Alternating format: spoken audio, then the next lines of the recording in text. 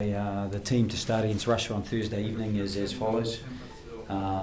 Dave Kilcoyne, Niall Scannell, John Ryan, Ty Byrne and Jean Klein, Rhys Ruddock, Peter O'Mahony and Geordie Murphy. And in the back line, Luke McGrath, Johnny Sexton will be captain, Keith Earls, Bundy O'Key, Gary Ringrose, Andrew Conway and Rob Carney. The replacements will be Sean Cronin, Andrew Porter, Tyke Furlong, Ian Henderson, CJ Stander, Joey Carberry, Jack Carty and Jordan Lama.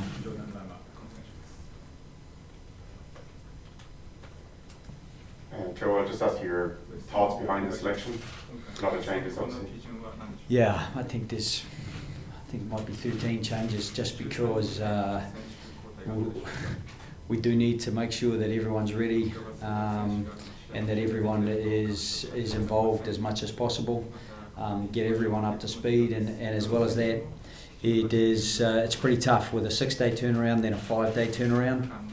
There's always going to be a bit of attrition, so we're looking to freshen it up and give guys an opportunity, and it's great because we've got some guys who have been very, very keen to be involved who will get an opportunity on Thursday. Realistically, what's your ambition for the game? Bonus points expected by everyone. Is it performance?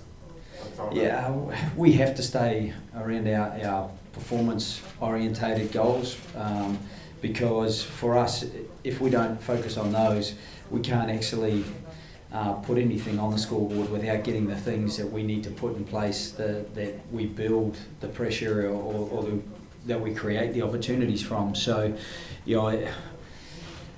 I felt that the first 20 minutes last weekend was very good. We got in the right field position, we turned a few balls over, which was frustrating, but at the same time we converted 2 tries on the back of some really good line breaks, and maybe that was to our detriment because we kind of stepped back after that and didn't play with the same front foot attitude, and you can't really afford to do that against a good opposition. Joe, obviously some selections are forced upon you and all that, but Gary Ringrose playing 7 games this season. How much of a risk is that from the management's perspective? Yeah, it's a risk, but he is feeling great and he's playing super. I thought Gary was really good last weekend. He was one of the guys who didn't really miss a beat. He was still working really hard. He was still kind of creating opportunity. I think it was very difficult. He moved into 12. We had Jordan Lama at 13, who's really a back 3 player for us. We had Luke McGrath on the wing, and we're chasing a game. And it's a fairly tough situation to be in sometimes because you're limited to 23 players. It happens like that. So with Gary, Robbie is on the cusp of being available. And again, if we put him back in this week, which we thought about, it's a risk that we feel we don't need to take because Gary's feeling good, and we could put Robbie in maybe next week, and at the same time we've got Bundy back and he's got a fair bit of bounce about him. With Chris Farrell suffering a concussion and it being a 5-day turnaround, we just, our hands are tied there, and we want to make sure we look after Chris as well, and that's part of the formula. So we thought about potentially moving Keith Earls in there, and then we'd still have to keep Jacob Stockdale ticking over, and so it was really based around who was still feeling really good. Bundy and Gary have a really good midfield relationship, so it works out hopefully that will still be productive for us. Joe, how big an ask for Johnny Murphy to come straight in and start? Trained unbelievably well today. He is straight off the flight. He got in late Sunday, so he's at least had a couple of nights.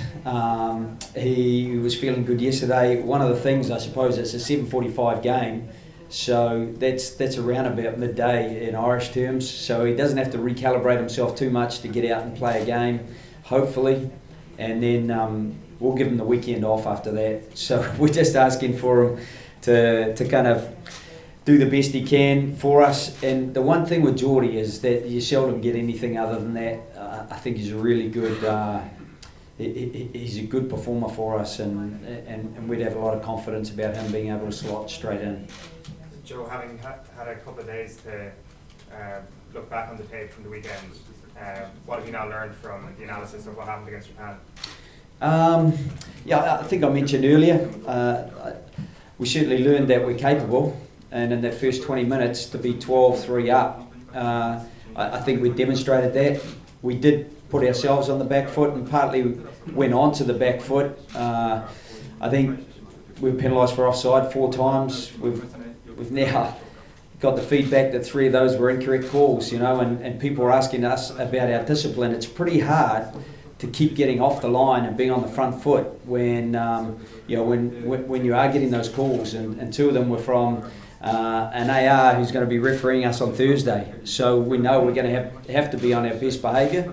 And one thing I would say about this team is it's something they go out and they try to deliver, and generally speaking, it's unusual for us to have a higher penalty count than our opponents, and so it's frustrating that in these first 2 games, I thought Wayne did a super job. I know talking to Gregor that they were happy with the way Wayne went in the first game as well. So that's our fault if we're on the wrong side of the penalty count there. But I do think that we've got to try to look after that as best we can. We've got to make sure that we don't become passive in a game against an opposition who are playing in front of their home crowd, and you'd have to be really impressed with the way that they got themselves back into the game. And if it wasn't us that lost to them, I'd say, wow, that's fantastic for the tournament, isn't it?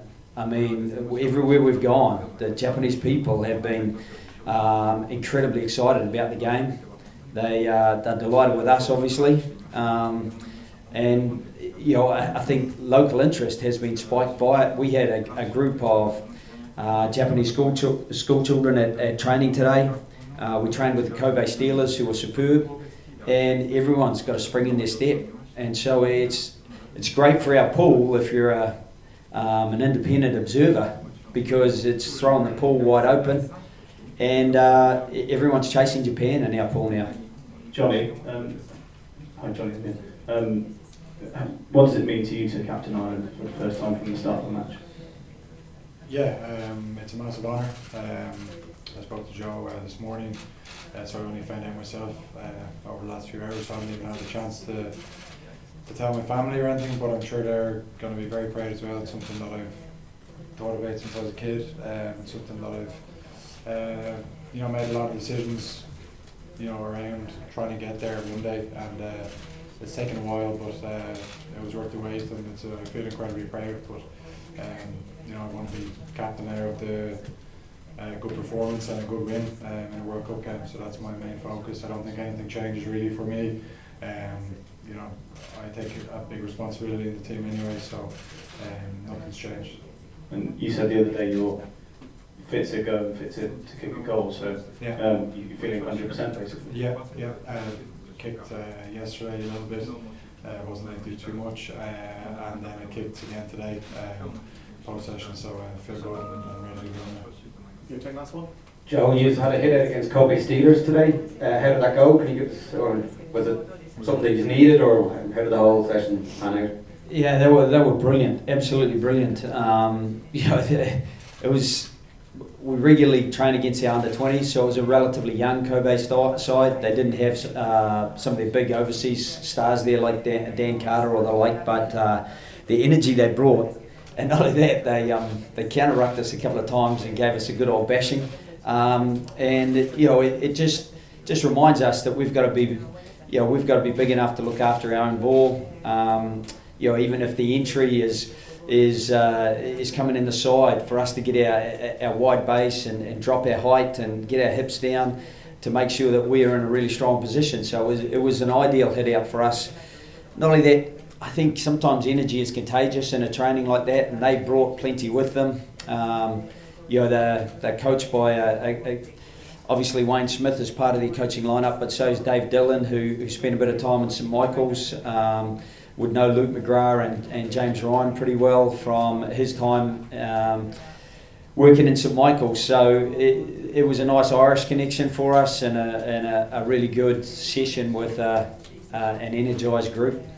Okay, guys. Johnny, could we just ask about the stadium, just with the roof closed, it's incredibly humid and oppressive atmosphere. Yeah, we watched the game last night, and it did look very slippy. We watched the England game as well. With interest, obviously, when you hear it's an indoor stadium, you think aircon and maybe a bit cooler, but it's quite the opposite from what we hear. Even Andy was telling me from speaking to Owen how slippery it was. So something we're going to have to be mindful of. Even when you play outside, though, the ball gets pretty slippy. The boys are saying against Japan, especially in the second half. First half was bone dry, then the longer game went on, the sweatier everyone got, the ball was looking for a soap. So something we have to be conscious of about, playing smartly. You can't just go out and run everything. But we have a good plan in place, and hopefully it won't be too big a factor.